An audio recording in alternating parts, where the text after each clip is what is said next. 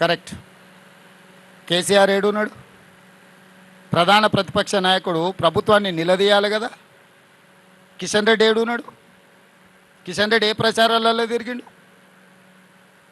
కేసీఆర్ ఎక్కడున్నాడు? నేను నా మంత్రులను అందరినీ, ఒక్క మంత్రిని కాదు, మా ఉప ముఖ్యమంత్రిని, సాగునీటి పారుదల శాఖ మంత్రిని, మా ఎక్సైజ్ అందరి మంత్రులను, మా వ్యవస్థ మొత్తం ఇక్కడనే ఉంది. నేను యాజ్ ఏ టీమ్ లీడర్ అక్కడి నుంచి మినిట్ టు మినిట్ పరిశీలించుకుంటూ మా టీంకి అందరికీ నేను సూచనలు చేస్తున్నా.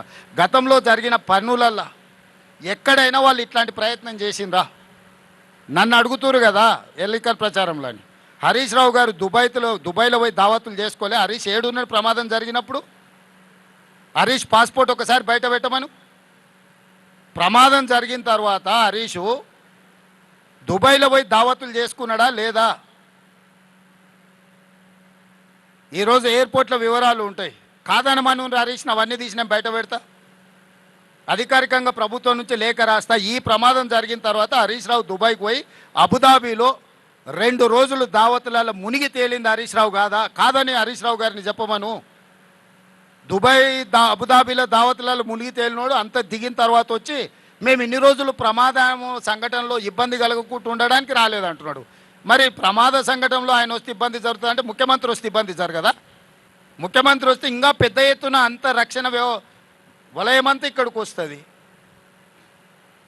అంటే అంటే సోయి తప్పి మాట్లాడితే ఎట్లా? నేను విమర్శించదలుచుకోలేదు, నేను అట్లాంటి మాటలు మాట్లాడదలుచుకోలేదు. నా పాయింట్ సింపుల్. అత్యంత దురదృష్టకరమైన ప్రమాదం జరిగింది. ప్రమాదం నుంచి ఎట్లా బయటపడాలి, ప్రమాదంలో నష్టపోయిన కుటుంబాలను ఎట్లా ఆదుకోవాలి, జరిగిన సంఘటన నుంచి ఎట్లా బయటకు రావాలని మేము ప్రయత్నం చేస్తుంటే ఎట్లా బురద జల్లాలి అని వాళ్ళ మెదడులో ఉన్న బురదంతా తీసి మంత్రుల మీద. ఉత్తమ్ కుమార్ రెడ్డి గారు నాకంటే ఎక్స్పర్ట్. వాళ్ళు దేశం కోసం సైన్యంలో పనిచేసిన వాళ్ళు, సైన్యంలో పనిచేసిన అనుభవాన్ని మొత్తం ఉపయోగించి ఈరోజు ఈ సమస్యని అడ్రస్ చేసిన.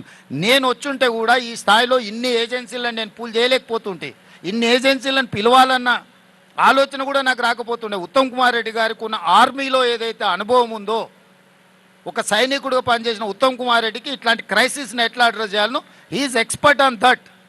ఆయన ఇక్కడ కూర్చొని సైట్లో కూర్చొని మానిటరింగ్ చేస్తే అసలు అర్థం పర్థం లేకుండా మరీ ఇంత దిగజారి మాట్లాడుతున్నారు. ఎందుకు ఇట్లా తయారయ్యారు? అధికారం కోల్పోయినారు సరే, కానీ మైండ్ కూడా కోల్పోయారా? అసలు ఏమైనా పిచ్చి పట్టిందా? అయింది వీళ్ళకి దయ్యం పట్టిందా?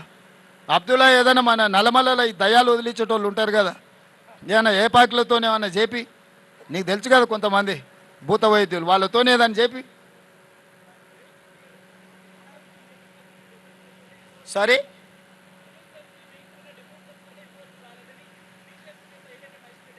ఏమంటుండో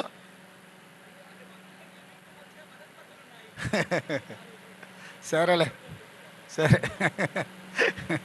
ఇక ఆయన అనడం సరే, ఆయన అన్నది నువ్వు నన్ను అడగడం సరే, ఎందుకు లేదంతా.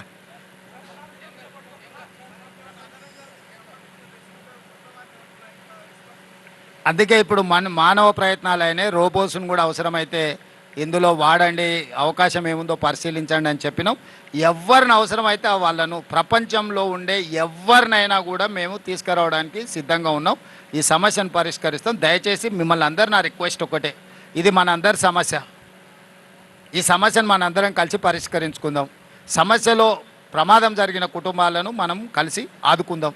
దానికి మీరు పూర్తిగా సహకరించాల్సిందిగా మీ అందరినీ కోరుకుంటున్నా. ధన్యవాదాలు.